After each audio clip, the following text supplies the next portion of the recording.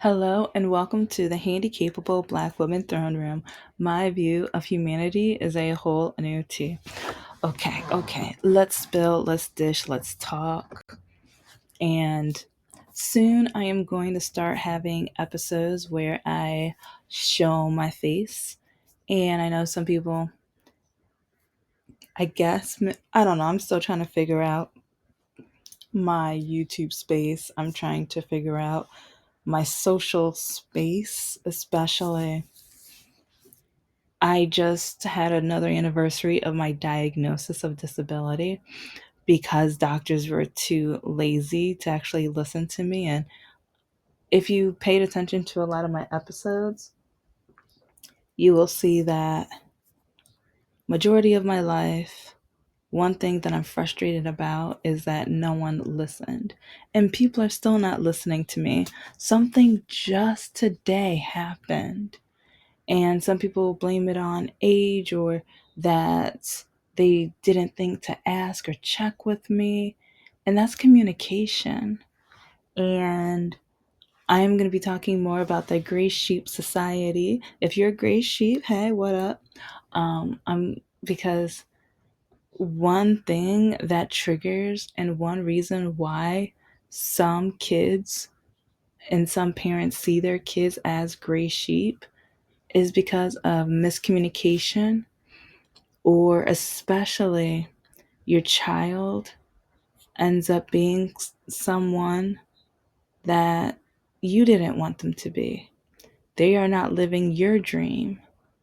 And, or sometimes, like in my situation, your parent is so determined to squash down and squish and basically put in flames your dreams to the point so that you never shine, that you are never able to show your talents or at least try to see if that's your talent. And that really angers, I know it angers me. It's to the point where I am trained in petty. If they had a degree in petty, I would have a doctorate. I know that as a fact. And if you don't know yet, listen to more of my episodes. And if you need more proof, wait until you read my novel. I am petty, extremely petty, and I love it and adore it. And if you're tired of hearing that word, hey, you can move on to another episode. I won't know, care, or whatever. So, oh, please don't forget to like, comment, and subscribe. So, I am going to be getting into, well, as usual, I'm probably going to be getting off topic, but my main thoughts that I just kind of thought about, and I've been thinking a lot about it throughout the years, especially since I broke up with Mr. No Heart. And even while I was dating him, sometimes I'm just like, do you realize your mother doesn't like me? She wants me to bear kids with you. And she keeps saying how they're going to be so pretty. They're going to be so beautiful because they're going to be mixed or whatever. Because she said that once. You know how the mixed ones turn out. And since you're not like the others, and it's like she always slid in that you're not like the others or you're not like them. And but then when I tell her about when I get pulled over by cops, the time I was fondled, yeah, go back to that episode if you need to. And then I was called the N-word. That's another story to go back to. And yeah, let's just say she doesn't want to hear that. And like for some reason a lot of white women, okay, I've been dragging men a lot lately, but trust me, I have a lot to drag women, especially white women. Okay, this is for the white women. If someone's trying to tell you a police story and the mistreatment and how they feel, do not have the nerve to turn it around and just say, but you're so beautiful. The cop had to pull you over. He had to figure out a way to get your attention so he can get your number. And then when I tell them, but they never got my number and I would have never given my number because It's like, how are you going to touch and feel on my body for 15 minutes after emptying my bags, my purse, and like, even though I gave you my driver's license certification or my registration and proof of insurance, I gave them everything within 5 minutes. And he had attitude with me. It's like, yeah, it's like, because when we pulled over and he pulled down the window, I was wondering what's going on. Is my light out? What's going on? So I asked, can I please ask what's happening? Why I'm being pulled over? He cut me off and started yelling. And the reason why he pulled me over was because of my high school. Why do I always say high school?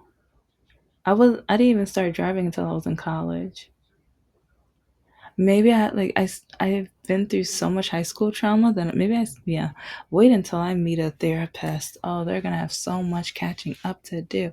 But my college, yeah, my college tassel was hanging on my rear view mirror.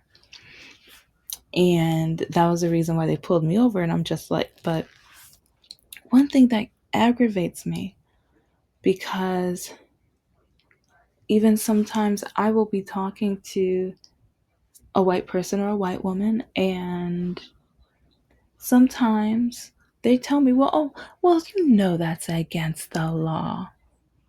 But then they hate it when I bring up the point. Oh, so those 520 air fresheners that you're hanging on your mirror right now, and you never get pulled over? All of those decorations and those dice or whatever you're hanging on your mirror, you don't get pulled over. You don't get pulled over. And with one of them, well, yeah, I was, like I said, I have a doctorate in petty. So with my ex's mom, she got so upset with me. So I said, well, I've seen you hang some stuff on your rear view mirror. So are you not pretty enough for the police to pull you over? Or is it your race or your age? Why don't any of them want to pull you over? Yeah, I said it. I don't care either. And I meant it. Because if she keeps telling me that the reason I get pulled over is because of how pretty I look, and then I told her about the time when I like the police officer literally followed me for 15 to 20 minutes, literally, because if I like literally the distance from the house to the mall is 15 to 20 minutes. They saw me right at the mall, followed me all the way through on the expressway. Like, we were on the expressway. Other cars are on the expressway, but they continue following me. I get off the ramp, they get off the ramp. I stop at lights, they stop at lights. I turn right, I turn left, I turn left or whatever. They right, left as well. I go into the subdivision and they follow me into the subdivision. So with all of that, they didn't know where I lived. They didn't know where I lived if they got me all the way at the mall. All the way at the mall.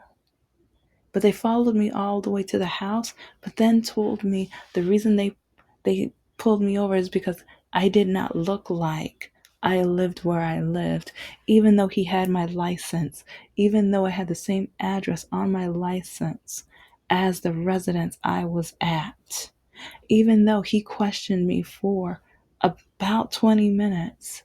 Why are you here? I live here. Where are you coming from? Why are you in this driveway? Why are you here? Why are you here at this time? Who else is at this residence? They kept at like, and I'm just like, what is going on? Then because I told the whole story, so I'm not going to retell the whole thing, but he lied about the reason why he pulled me over. But when I told her this story, her response was, see, you're just so beautiful. He had to make something up.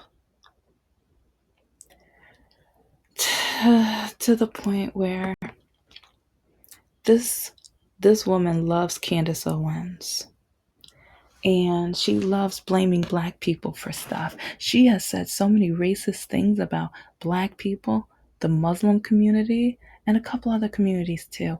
And her son brags. He brags that they have never, like while he was in school, they never had to celebrate African American Month. I didn't know this until like I think this was around year 3 or 4 of our relationship, because his oldest daughter had a project for African American Month, and she came up to me asking if I would help. And I was like, duh, of course. I was like, oh, I'm not gonna let you just have any old thing, especially with her bigoted mother. Yeah, her mother was the one where when 45 got voted in, she was like, oh, now that he's president, she was going to buy me as a slave and, well, beat me until, yeah. I tell that story already in another episode, so I'm not going to go. And so, but yeah, he didn't, well, I didn't know that until like the oldest daughter came to his house crying. And then she told me what his ex wife said. And sometimes, like, I remember throughout our relationship or the later years, because I didn't know about the racism that I would be surrounded with until later, because he didn't even mention to his family much about, like, because he said, oh, yeah, I tell them about you. He forgot to tell them I was black. One day, he told me he sent them a picture to pass around a family barbecue. I'm like, what? Excuse me? And then he told me that the sister in law yelled, oh my gosh, she's black. And when I was in that city, I talked about the city several times, but it feels like a sundown town. And like you won't believe all of the awful racist comments his mother has said to me. And she's the one that told me to my face the first time I met her, the first night, the only reason you got into college is because you're black. But now it's like, I mean, years later, especially after I broke up with him, I'm starting to find it amusing and funny because, especially the way our country voted, I see that none of them would have believed in me. This country would have never believed in me, even though I was the one working my tush off, studying at my toxic ex-boyfriend Mr. Lakaki's house for during my second master's, even when he was threatening to punch holes in walls and yelling at me and like he's under the influence and different stuff like that. I am still focused. Like I'm like either studying at his house or the family house or the Subway, or like, yeah, I was at Subway and McDonald's. I was at the McDonald's so often to study.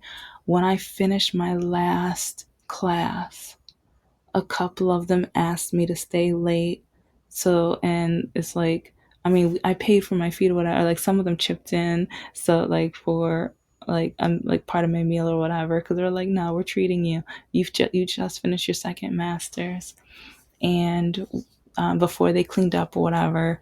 And it's like we got to eat, and they congratulated me, and because I know one of the ladies, while like I would always try to like get in her line and talk to her like when ordering. She asked me, "Are you going to your graduation? Oh my gosh, you have to show me the pictures." And I just told her, it's like maybe during like when you have lunch, if you have a minute, I can tell you the story, and I'll tell you the story later because I never got to go to any of my college graduations. 3 degrees, and I've never been to a college graduation. And so sometimes when I was teaching at the community college, and I mean, I still quote unquote work there, but at the same time, part of me is just like, you know what? After the mistreatment of students literally throwing things in the middle of the hall, hoping I trip with my disability, or students asking how did a black person fin like or a black person like me end up finishing my education, or who helped me. Like, I had some of those ignorant, racist questions because for some reason Generation Z doesn't think black women can do much. Some of the comments, or even students who refuse to do the work. And but then later in the semester, like, some of these students are trying to start businesses. They're trying to run their own businesses, but then they're like, yeah, I'm having trouble with blah blah blah blah blah.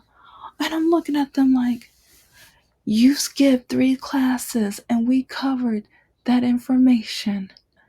And with like at least 4 of my students who so-called want to own their own business or start their own business, I would tell them, bring your products to the class.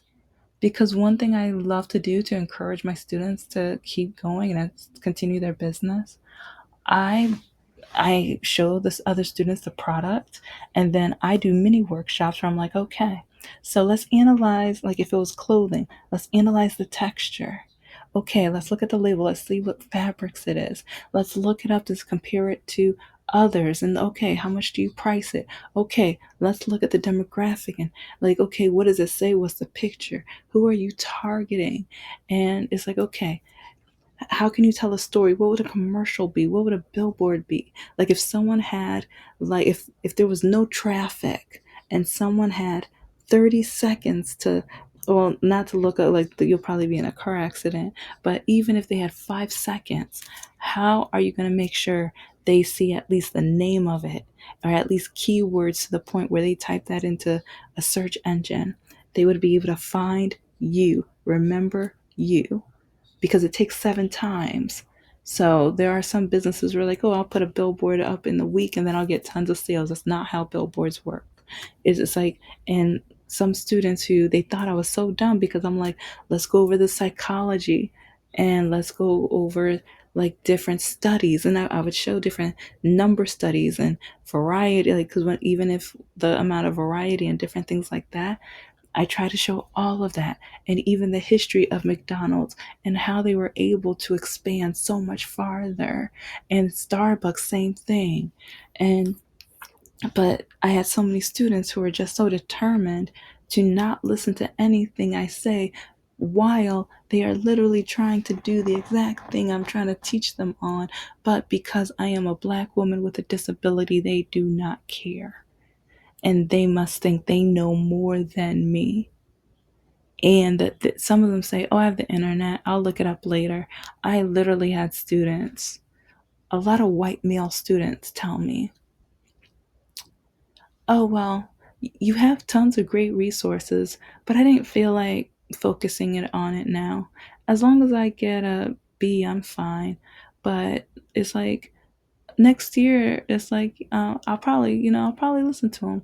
It's like, I'm probably gonna, it's like, because the material, some even said the material was amazing. Yeah, because I take my time. Like I focus and I learn, like, because I feel like even though I have 2 masters, I always have more to learn. And so I like, but one student who told me, oh, yeah, well, I'm just going to save your video list or whatever, and I'll be able to listen to it whenever I want. Yeah, I privated it. I'm petty. So you have the nerve to, like, because with their group, they never want to do the work. And they're like, I'm going to get the same grade as they do. And I remember their group would laugh at him because he missed the first day and he missed a lot of classes or whatever. And the first day, I'm like, you don't get the same grade. When it was time to rate each other, he thought it was a joke. He just gave everyone tons and gave me the piece of paper. And the rest of his group, oh, I love Patty. And because to me, I'm like, no, if you didn't do the work, you shouldn't get the grade. And he thought he was going to get the same exact grade. And he didn't even realize one time he turned in a project, his name wasn't even on it. He did not even notice. When I asked, like, okay, I will tell that whole story a different day. But yeah, I know, it's like, I need to get back to Miss Thing, my Mr. No Heart's mom, Miss Masher. she loved Candace Owens. And kind of like with a lot of my students, she swam in ignorance. She swam in racism because almost every single time, no, every single time I saw her, she always tried to play Candace Owens videos to me. And I say to me because she would look them up. I was like, whenever I saw her getting her beards, I'm like, oh crap. Because I knew it was going to be time for her to torture me.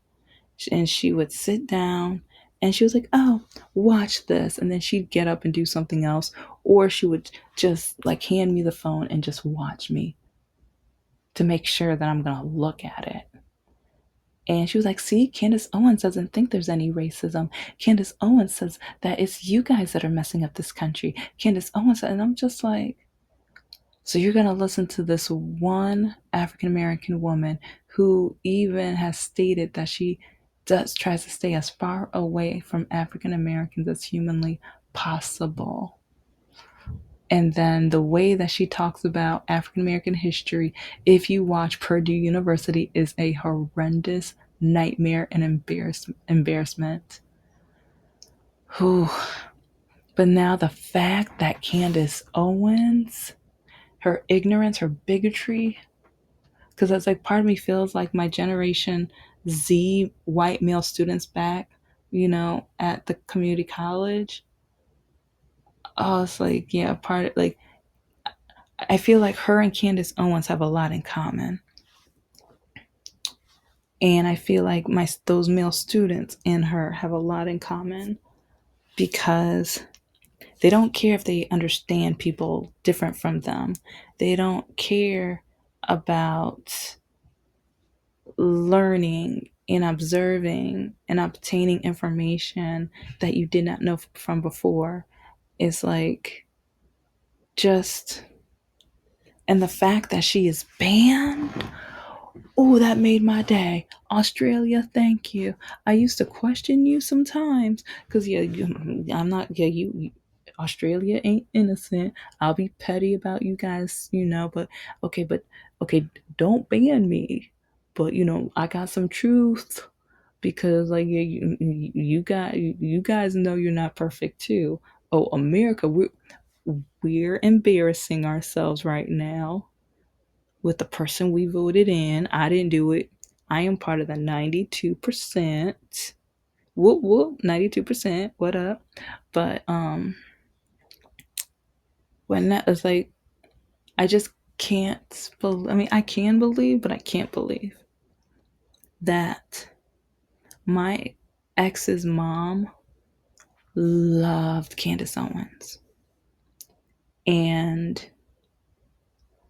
I don't know, it's like sometimes the way that she talked about and like even mentioned black women, I see why my students looked at me that the way that they did. It's like some of them just could not believe that I accomplished what I have. Some of them, it looks like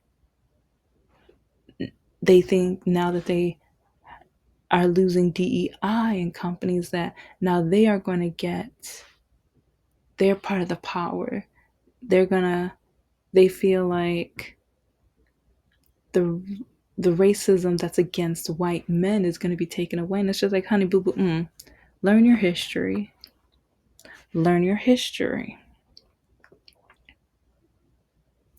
And it's annoying because the same students and my ex's mom always told me that I only made it because of either being black or having a disability or being a woman.